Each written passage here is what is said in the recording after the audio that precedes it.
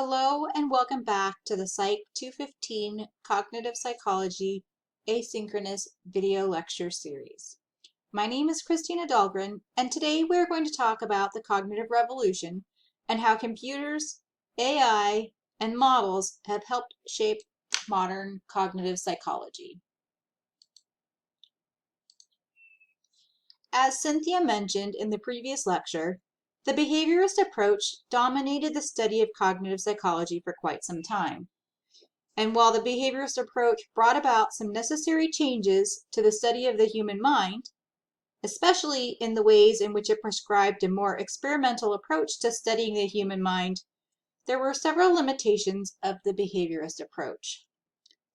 Because behaviorists relegated the mind to an unobservable, unstudyable black box, we were able to learn very little about the processes that are occurring in between the receipt of an initial stimulus and the behavioral response. However, cognitive psychologists were very interested in studying exactly that. They wanted to know what was happening in the black box, how the mind worked. Thus, by the late 1930s and throughout the 1940s and beyond, there was a growing shift towards examination of the mind and attempts to open up the black box, so to speak. And while the behaviorist argument that you could not directly observe the internal processes makes it difficult, if not impossible, to understand what those mental processes were and exactly what they were doing, it does still hold some level of validity. But critics of the behaviorist approach argued that by measuring a behavioral response and performing experimental manipulations that altered the response, that one could make inferences about the underlying mental processes.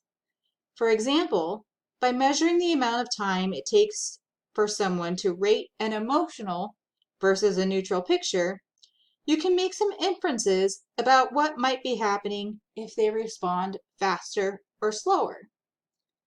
Given this argument, experimental psychologists sought to understand how internal processes such as attention, memory, and language work together to allow humans to perceive and interact with the world around them. In the 1950s, cognitive psychologists started to increasingly use the concept of a computer as a metaphor for the mind. Proponents of this approach, of course, understood that the underlying architecture and physical structure was vastly different, especially in the early days of computer science.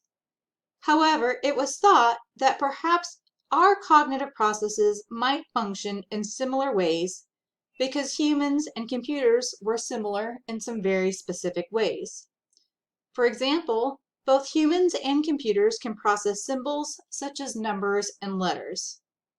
Now, of course, the computer doesn't actually process numbers and letters as numbers and letters. They are instead transformed into ones and zeros. But humans probably have some sort of transformation of information that occurs as well. Additionally, both humans and computers have mechanisms that have limited capacities. Now, while human hippocampus and the computer hard drive are physically very different, there is a limit to how much information can be stored and maintained in these structures. There is also a limit to how much processing power a computer has, which is similar to the amount of information that one can attend to at a given time, or how much information they can maintain in working memory. Therefore, by understanding how computers function, it might provide some insight into the human mind. As computers have become more sophisticated, there has been a push to see if we can make computers more human-like, resulting in the development of the field of artificial intelligence. By understanding how computers solve extremely complex problems that humans do, for example, in this section of the slide, it's depicting an app developed on the HBO show Silicon Valley. This particular app categorizes pictures as either a hot dog or not a hot dog. And as you can see, the fluffy puppy is in fact not a hot dog. While this example is a simple categorization task, humans can do much more difficult categorization tasks. For example, the picture on the top right shows a much more complex object categorization task that humans are very adept at performing.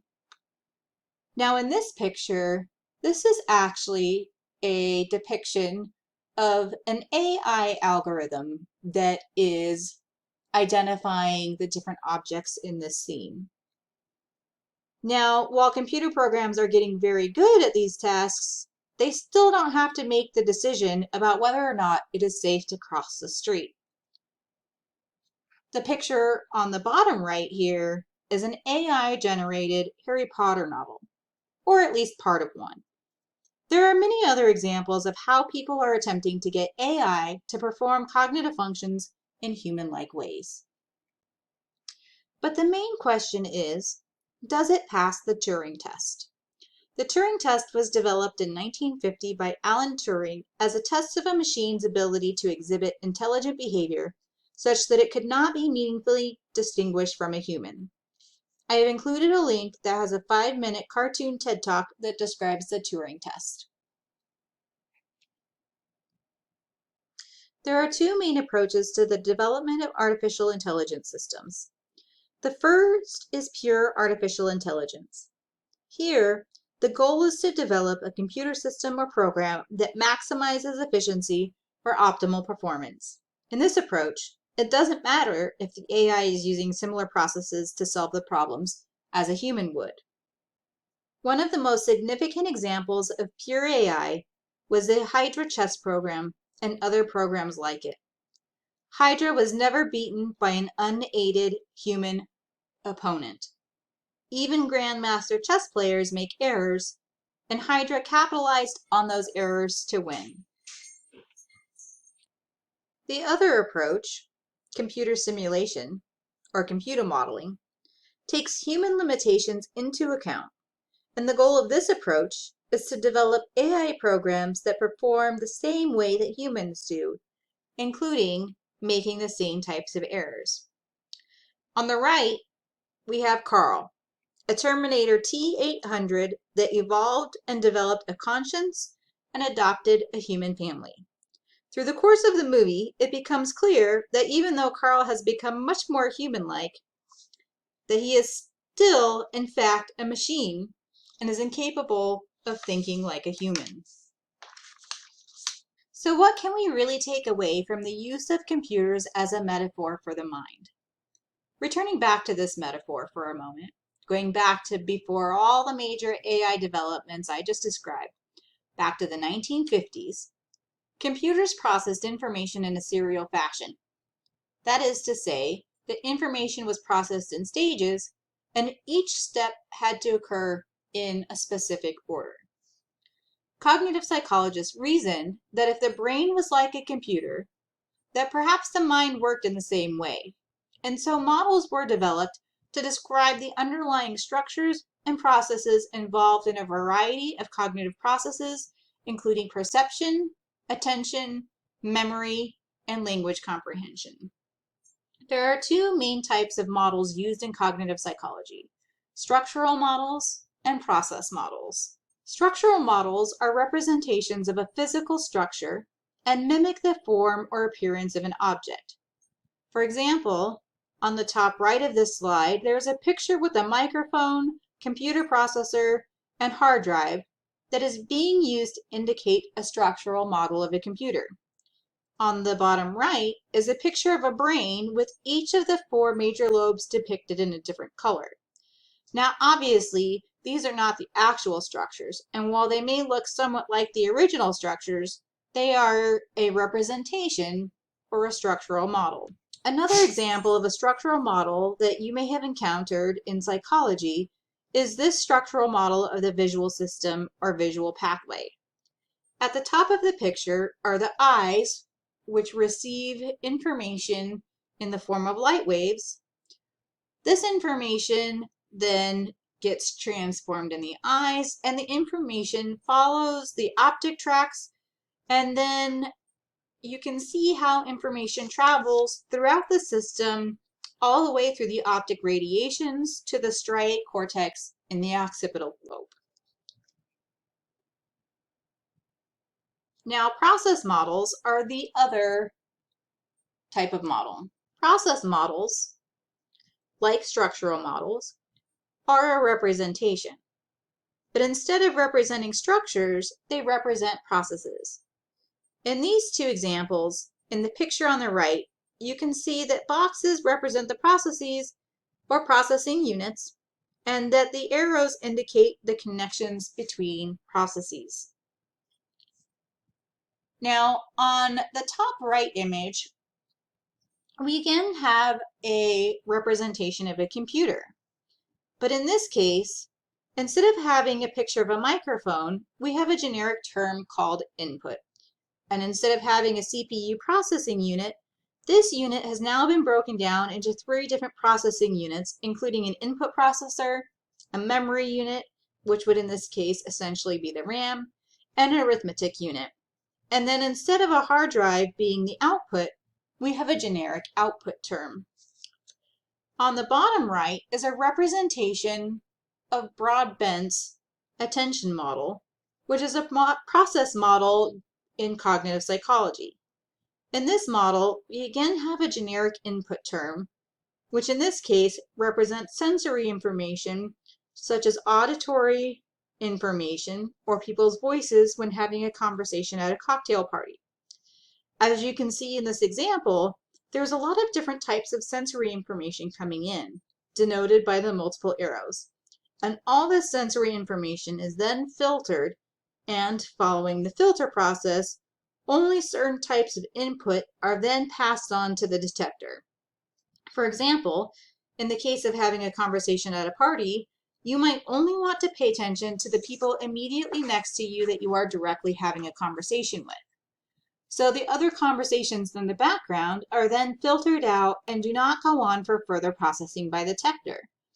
Then information that is processed in the detector will then make it into memory. Now, as you can see, these examples are very simplistic examples of process models. And in fact, these simplistic examples don't truly show all the steps or processes involved in the system. Some process models can be quite complex depending on the number and type of processes involved. Here is another example of a process model that is commonly used to understand cognitive psychology. This is the Atkinson and Shiffrin modal model of working memory. Some of you may have seen a variation of this if you've taken a course on memory. In this process model, again, we have a generic input term used here to represent a variety of sensory information that makes it into what is called a sensory memory. Now, from sensory memory, some, again, as you can see here, not all, information then makes it into short-term memory, which is also known as working memory. Now, here in working memory, this information can be maintained through a process called rehearsal. So, for example, if you need to remember a phone number, you can repeat the numbers to yourself until you can get a pen or pencil to write it down, which then becomes the output term shown here. Then, if this information is rehearsed enough in working memory, it can then be transferred into long-term memory. So let's say that later on you need to actually remember that phone number again so that you can call that person, and you're worried that you won't be able to find the piece of paper that you wrote the number on. What you can do is you continue rehearsing that information over and over again, and if you rehearse it often enough, then what will happen is that information, through a process of consolidation, will make it into long-term memory, and then it will be available for later retrieval. So now, when you need to actually dial that phone number, you can retrieve that information and pull it back into short-term memory, and then dial the number as your output. Thus, these process models are graphical depictions or representations of information processing approach. Now, these processing models can be very useful in modern research and psychology. Following the experimental methods in inquiry, these models can be used to help move research in a certain field forward. The typical progression of research is through a series of questions that build on information learned from previous questions. This starts with information that is already known, or with a theory or model of what might be true.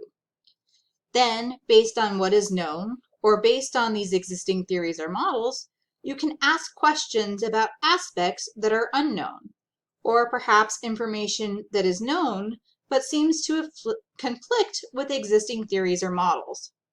Then you can design experiments to test these questions or models, and after interpreting your results, you can use this newly gained information to develop new questions or models, or even revise existing models.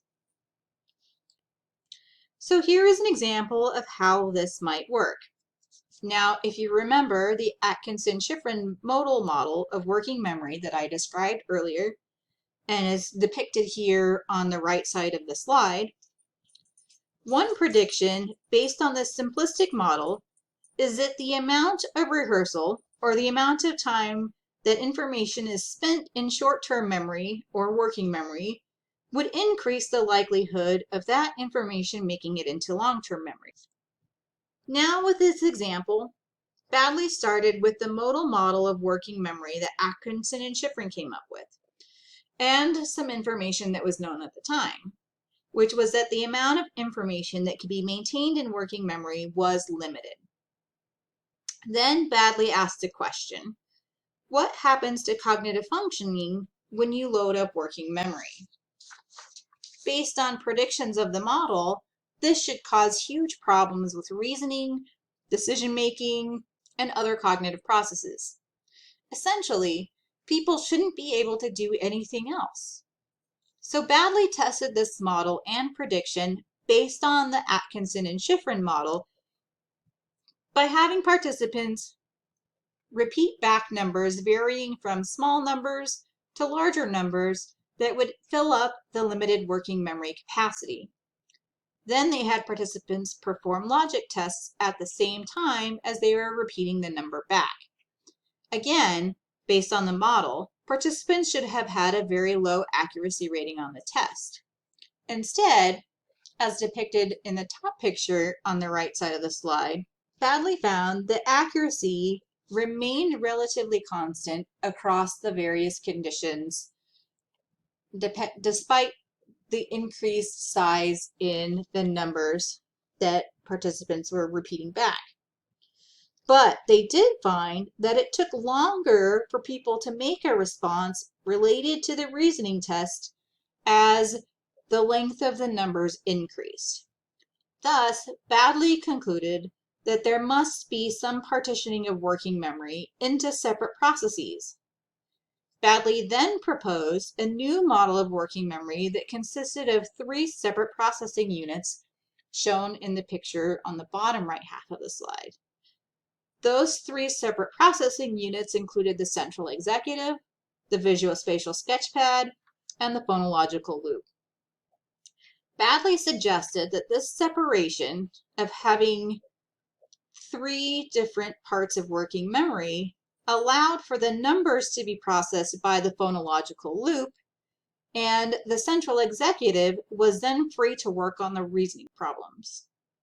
Now, as it turns out, Baddeley continued asking and answering questions, and this original tripartite, or 3-part model, has been further revised as Baddeley continued his research into working memory. Now, many of these process models that we've discussed so far follow along in a serial fashion, one step or stage at a time.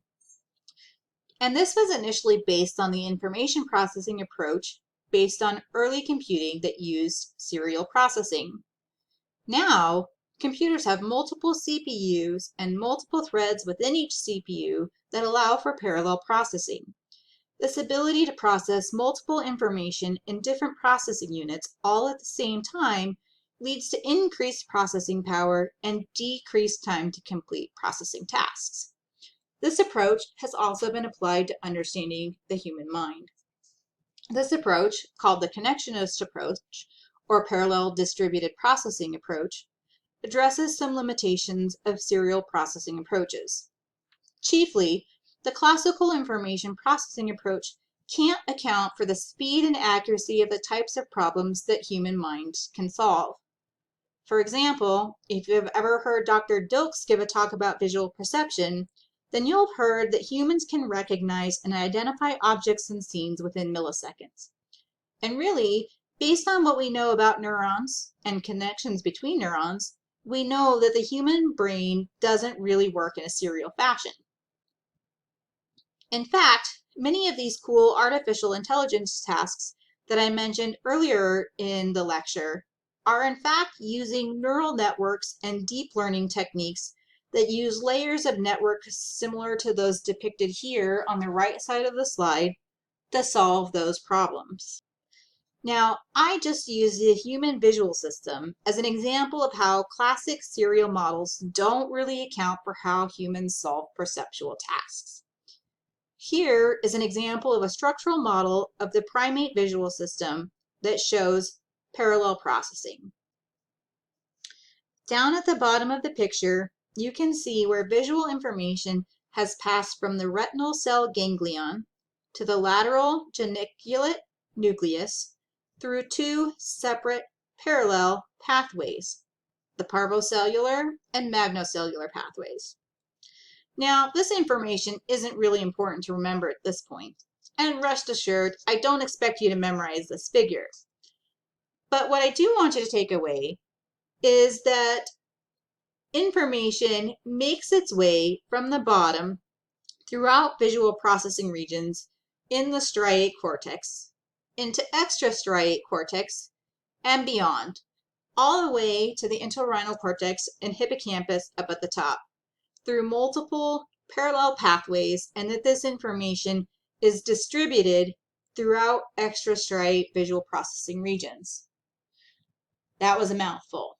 So again, the main takeaway is that information is processed in parallel through multiple pathways and is distributed throughout the brain. So in summary, the main takeaways from what we have learned today from this lecture is that mental processes do in fact exist and they can be studied. Contrary to the behaviorist approach, ideas about how the mind works, we know that the mind is in fact an active processor of information and not just a passive responder to stimuli in the environment. We also learned that flowcharts and process models can be useful tools to help humans start to deconstruct the mind and understand how it works. And we learned that information is processed in stages and undergoes multiple stages of transformation.